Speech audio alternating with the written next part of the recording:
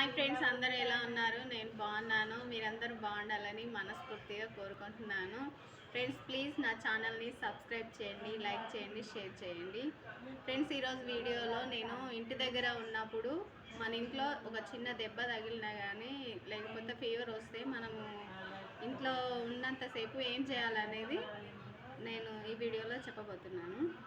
Friends, fever వస్తే మాత్రము ప్రతి ఇంట్లో మాత్రము ఇలాంటి ఫస్ట్ ఎయిడ్ కిట్ బాక్స్ ఉండాలండి. ఈ రోజుల్లో ఇలాంటి ఫస్ట్ ఎయిడ్ కిట్ బాక్స్ ఉంటేనే మనం హాస్పిటల్కి వెళ్ళేంత వరకు ఒకవేళ బ్లడ్ ఇంజూరీ అయినా దానికి కట్టుకొని పోతే ఎక్కువ బ్లడ్ పోదు, సీరియస్గా కాదు పేషెంట్. లేకపోతే ఎక్కువ బ్లడ్ వెళ్ళిపోవడం వల్ల కొంచెం పేషెంట్కు చాలా ఎఫెక్ట్స్ చూపిస్తుంది. ఫ్రెండ్స్, మనం ఫస్ట్ ఎయిడ్ కిట్ బాక్స్లో ఏమేమి పెట్టుకోవాలి అంటే థర్మామీటర్ పెట్టుకోవాలి, hydrogen peroxide, Betadine, Cipladine ointment, bandage, NS, sterile pad, కాట్. ఇవి కంపల్సరీ ఫస్ట్ ఎయిడ్ కిట్ బాక్స్లో ప్రతి ఇంట్లో ఉండాలండి. అలాంటప్పుడే మనకు ఎమర్జెన్సీ టైంలో ఖచ్చితంగా పనికి వస్తాయి.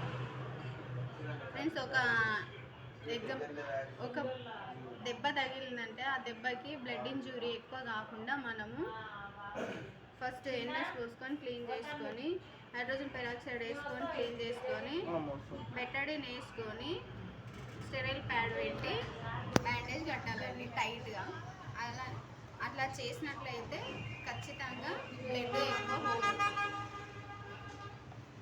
మామూలుగా చిన్నగా దెబ్బ తగిలినట్లయితే మాత్రం ఆయింట్మెంట్ పెట్టి వదిలేసుకుంటే వస్తుంది. తర్వాత హాస్పిటల్కి వెళ్ళి చూపించుకుంటే సార్ వాళ్ళు బీపీ అన్నీ చెక్ చేసి ఇంజెక్షన్స్ ఇస్తారండి. ఓకే, థ్యాంక్స్ అండి. నా వీడియో మీకు నచ్చిందని అనుకుంటున్నాను.